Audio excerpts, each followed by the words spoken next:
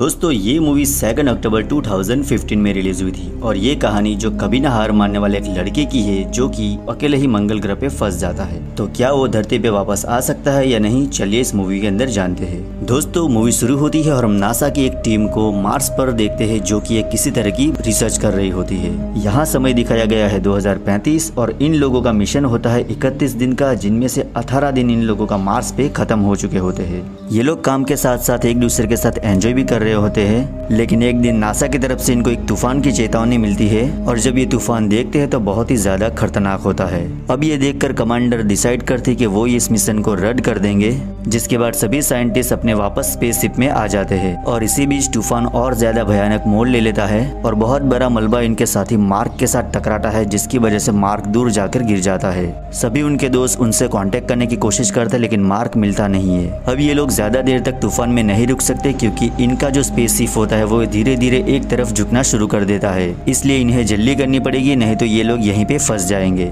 और वापस धरती पे नहीं जा पाएंगे। इतनी तेज तूफान को देखकर ये लोग मार्क को मरा हुआ समझकर वापस स्पेसशिप में बैठकर धरती की ओर निकल पड़ते हैं और इधर धरती पर नासा के डायरेक्टर मीडिया को बताते हैं कि तूफान के कारण मिशन को अबॉर्ट करना पड़ा और वो बताते हैं कि उसके इस मिशन के एक साइंटिस्ट है जो कि मार्क वाटनी अभी इस धरती पे नहीं रहे। उसके बाद हम मार्स प्लेनेट को दोबारा देखते हैं जहाँ पर मार्क वाटनी अभी भी जिंदा होता है। दोस्तों जिस मलबे से मार्क वाटनी टकराया था उसका एक टुकड़ा मार्क के सूट में घुस गया था, जिसकी वजह से उसका ऑक्सीजन लेवल बना रहा था, उसी के कारण उसकी जान बची रही। दोस्तों मार्क वाटनी वापस अपने स्टेशन पर आता है और उस मलबे के टुकड़े को बाहर निकालता है और उसके पेट में वो टाँके लगाना शुरू कर देता है। थोड़ी देर आराम करने के बाद वो अपनी रिकॉर्डिंग को ऑन करता है और सारी बातें बताना चालू कर देता है, क्योंकि वो मर गया तो दूसरे साइंटिस्ट को पता होना चाहिए कि उसके साथ क्या क्या हुआ था।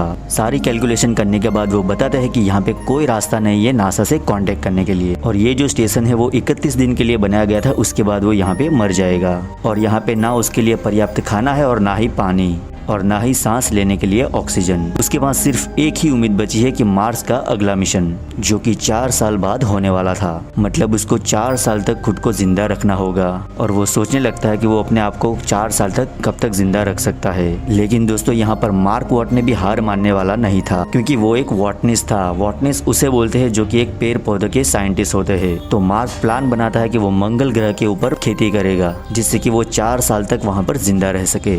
अब 31 दिन यहाँ पे खत्म हो चुके हैं, वो खेती करना शुरू कर देता है। मार्क अपने ही वेस्ट मटेरियल को यूज करता है और आलू उगाने की कोशिश करता है, लेकिन ये काम इतना आसान नहीं है क्योंकि खेती करने के लिए मार्क को 40 लीटर पानी चाहिए था और उसके बाद मार्क पानी का भी जुगाड़ निकाल लेता है। वो बताता है कि पहले हाइड्रोजन लो, फिर इसमें ऑक्सीजन मिलाओ और कुछ, उसके बाद उसको जलाने के बाद उसमें कुछ फॉर्मूले की मदद से उसको पानी बनाया जा सकता है। लेकिन तभी वहाँ पर एक धमाका हो जाता है और उसके बाद मार्क वहाँ पे दोबारा ट्राई करता है और इस बार वो पानी बना लेता है। यहाँ पहली बार एक पौधे को यहाँ पर मार्क उगता हुआ देखता है, मतलब मार्क ने वहाँ पर खेती कर ली और वहाँ पर मार्क बहुत ही ज्यादा खुश हो जाता है। उसके बाद मार्स मिशन के director Vincent Kapoor satellite director Mendy park को कुछ कोऑर्डिनेट भेजते हैं और मेंडी पार्क इन फोटोज को देखकर यकीन कर लेते हैं कि मार्क वाटनी अभी भी जिंदा हो सकता है। और लेकिन परेशानी अभी उठती है कि यहाँ पर वो लोग मीडिया को क्या जवाब देंगे, क्योंकि उन्होंने पहले ही बता दिया है कि मार्क वाटनी की मौत हो चुकी है। डायरेक्टर बोलते हैं कि मार्क की टीम को यह नहीं पता होना चाहिए कि मार्क अभी भी जिंदा है, क्योंकि उन लोगों को धरती पर आने के लिए अभी भी 10 महीने की जरूरत है, क्योंकि वो बात जानकर उनकी टीम परेशान हो जाएगी और मिशन में काफी दिक्कतें आ सकती है, इसलिए उसको बताना जरूरी नहीं है। विंसेंट कपूर बोलते हैं कि मार्क वाटनी हमसे 5 करोड़ मील दूर है, हम उसे ऐसे छोड़ नहीं सकते, हमें उसकी मदद करनी होगी। जिसके बाद डायरेक्टर मीडिया को बता देते हैं कि मार्क वाटनी अभी भी जिंदा है और ये न्यूज पूरी आग की तरफ फैल जाती है। और दूसरी तरफ मार्क को हम मंगल ग्रह पर देखते हैं जहाँ पर मार्क ने 70 दिन यहाँ पे गुजार लिए होते हैं।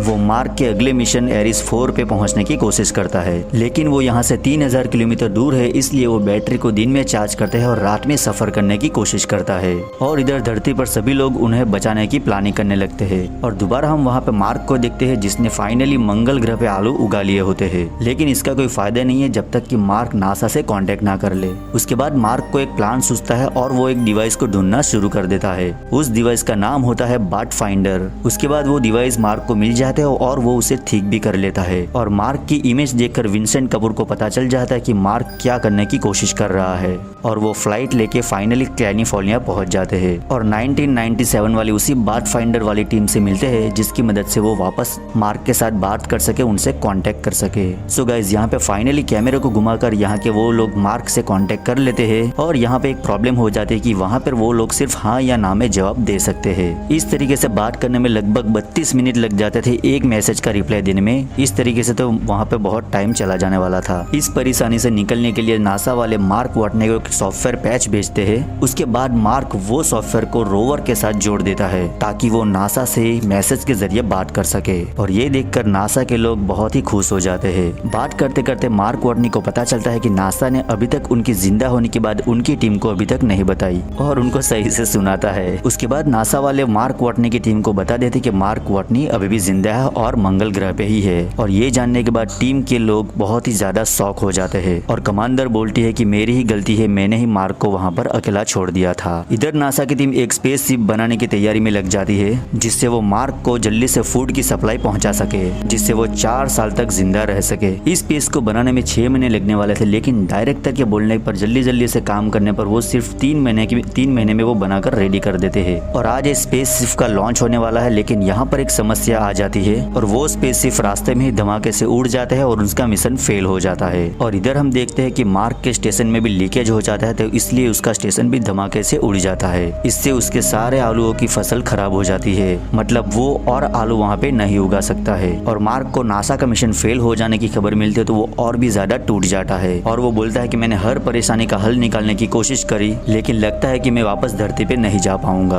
वेल दोस्तों, इस सीन के बाद हम चाइना का स्पेस रिसर्च सेंटर देखते हैं जहाँ पर इन लोगों को मार्क वाटनी के बारे में पता चलता है और वो लोग उनकी मदद करने के लिए तैयार हो जाते हैं। और चाइना ने एक बूस्टर बनाया था जो टाइम से पहले मार्क तक पहुंचने की क्षमता रखता था और मार्क वाटनी की जान बचा सकते हैं। वो उनकी मदद करने का डिसाइड करते हैं। दोस्तों, चाइना ने एक स्पेस बूस्टर बनाया होता है जो कि समय से पहले खाना लेकर मार्क वाटनी तक पहुंच सकता था और उसकी जान बचा सकते थे। तो ये लोग फाइनली डिसाइड करते हैं कि नासा को उनकी टेक्नोलॉजी दे देंगे। उसके बाद नासा का एक और साइंटिस्ट जो कि मार्क की जान बचाने का प्लान बनाता है, जिसका नाम है रिच पर्नल, वो बताता है कि मार्क का क्रू जिसका नाम हर्निस होता है, हम उसकी स्पीड को बढ़ाकर वापस मार्स पर भेज देंगे और मार्स पर बिना लैंड किए मार्क वाटनी को बचा लेंगे। वेल गाइस, ये लोग मार्स पर लैंडिंग नहीं करेंगे तो मार्क वाटनी को बचाएंगे कैसे? यहाँ पर विंसेंट बोलता है कि मंगल ग्रह पर एक कैप्सूल है जिसकी मदद से मार्क मंगल ग्रह से निकल सकता है और उसके ऑर्बिट में पहुंच सकता है। दोस्तों, ये प्लान काफी अच्छा होता है, लेकिन टीम के मिशन में 500 दिन और जुड़ जाएंगे। और ये सुनने के बाद डायरेक्टर ये बात से इनकार कर देते कि मार्क वाटनी की जान बचाने के लिए वो और साइंटिस्ट लोगों की जान को खतरे में नहीं डाल सकते थे। और ये सारी बात सुनने के बाद मिच बोलता है कि फैसला हमें उन्हीं पर छोड़ देना चाहिए।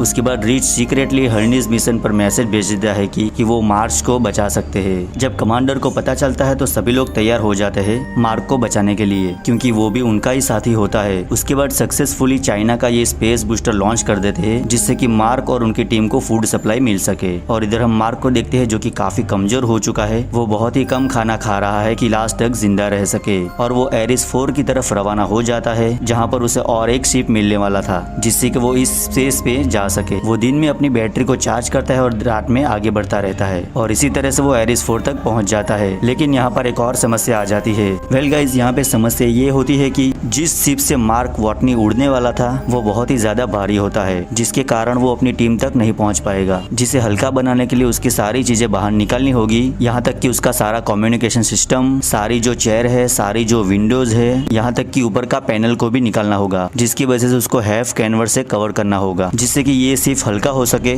और मार्क आसानी से मंगल ग्रह के ऑर्बिट से बाहर निकल सके। क्योंकि पैनल हटाने से बहुत ही ज्यादा खतरा बढ़ जाता है, लेकिन इनके पास कोई और रास्ता नहीं है और मार्क को उनकी बात माननी पड़ती है और ये मिशन स्टार्ट हो जाता है। और ये मिशन पूरा अमेरिका देख रहा होता है। सभी को उम्मीद होती है कि मार्क की जान बचा ली जाएगी। जिसके बाद मार्क उसी स्पेस से उड़ान भरता है, लेकिन उसकी रफ्तार उतनी नहीं होती है जितनी होनी चाहिए। और इधर इनकी टीम होती है जिसकी स्पेस की रफ्तार काफी ज्यादा होती है, जिसे देखकर कमांडर डिसाइड करते हैं कि वो पीछे के हिस्से को एक धमाके से उड़ा देंगे, जिससे कि हार्नेस की रफ्तार धीमी हो जाएगी और वो मार्क को बचा पाएंगे। ऐसे ही होता है दोस्तों, जैसे ही वो धमाके से उड़ाते हैं उसकी स्पेस की रफ्तार धीमी हो जाती है और यहाँ पर कमांडर डिसाइड करती है कि वो स्पेस से बाहर जाएगी और मार्क को बचाकर लाएगी। लेकिन यहाँ पर जब वो बाहर निकलती है तो उसकी रस्सी छोटी पड़ जाती है, जिसके बाद मार्क अपने सूट में छेद कर देता है और स्पेसर की वजह से वो आयरन मैन की तरह तरह कमांडर की ओर बढ़ने लगता है और यहाँ भी उनका हाथ कमांडर से छूट जाता है, बट कमांडर रस्सी लपेट लेती है और उसकी जान बचा लेती है। और ये बात नासा और सभी लोगों को पता चलती है कि मार्क को बचा लिया गया है कि तो सभी लोग खुशी से झूम उठते हैं और नासा ने वो कर दिखाया जो आज तक किसी ने नहीं किया था। वेल गाइस, मार्क वापस शिप में आ जाता है और अपने दोस्तों से मिलता है और काफी ज्यादा इमोशनल हो जाता है। उसने 500 से भी ज्यादा दिन मंगल ग्रह पे बिता दिया और अकेले बिता दिया, जो काफी ज्यादा बहुत ही ज्यादा इम्पॉसिबल होता है। वेल ये इसलिए हुआ ताकि उसने कभी हार नहीं मानी, वो हमेशा परेशानियों से लड़ता रहा, जिसकी वजह से उसकी जान बच पाई। और उसके बाद हम देखते हैं कि मार्क वापस धरती पे आ चुका है और उसे सर्वाइवल इंस्ट्रक्टर बनाया गया है और वो सभी लोगों को गाइड करता है कि अगर कोई मार्स पर अकेला रह जाए तो उसको जिंदा कैसे रह सके। उसके बाद 5 साल बाद का समय दिखाया जाता है जहाँ पर उनके टीम मेंबर सभी अपनी लाइफ में सेट हो चुके हैं और टीवी पर मिशन एरिस 5 की मिशन को देखते हैं जो सक्सेसफुली लॉन्च हो जाता है और यहीं पे मूवी खत्म हो जाती है। वेल गाइज, आपको ये मूवी कैसे लगी आप मुझे नीचे कमेंट करके बता सकते हैं और वीडियो पसंद है तो इस वीडियो को लाइक, कमेंट और सब्सक्राइब जरूर करिएगा। मिलते हैं हम नए अगले वीडियो के अंदर।